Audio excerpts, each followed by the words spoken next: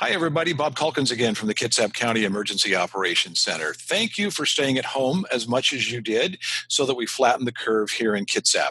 We know some of you were essential workers and had to get out. Others were able to stay at home more. But all of us have a little bit of cabin fever going on. It's a real thing. So to help you with that today, we have Deana Enebo-Short with us to talk about those kinds of things. Deana is with our Emergency Operations Center. She's specifically the clinical director for a team that helps first responders. They go to some horrific incidents and they weigh on their hearts and minds, and Deana is part of a team that helps with those. So we've brought her in today to talk to us.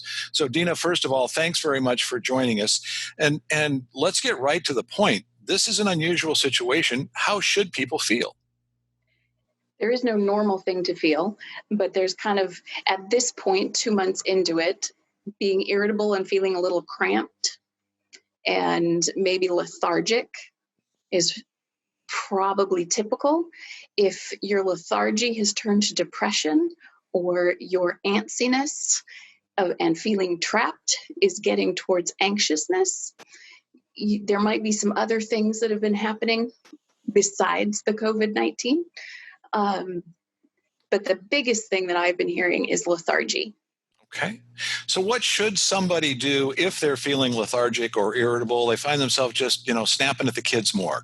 What are some things they can do at home, staying at home, to try and deal with that? Well, in relationships, nothing beats an apology. So if Okay. you're aware that you overreacted, the kid might have done something inappropriate, but even like, hey, I use the wrong tone of voice. I'm sorry, or to your spouse or partner even, and then be aware of yourself. If you've passed that threshold from grouchy or irritable to super grouchy, then take some time to yourself. If you have lots of people around, if you don't have lots of people around, maybe you need to be in contact with some other people. So some of the new rules do allow people to get out more to parks that are in their neighborhood or some hikes.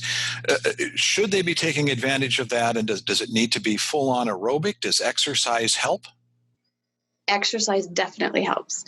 Cardiovascular exercise gets the endorphins going that can help produce all of the brain chemicals you need to fight depression. Getting outside, natural vitamin D. This area has chronic vitamin D deficiency. We already had it from winter and we're kind of isolated ourselves in the spring. So it's only continuing. So anything outside is going to help. Deana, thanks so much. It's all very good advice. Even as things start to open up in society a little bit, we are still going to be staying home at least more than we used to for the time being. We know what an ask that is. We're very grateful, and it's had a very good effect.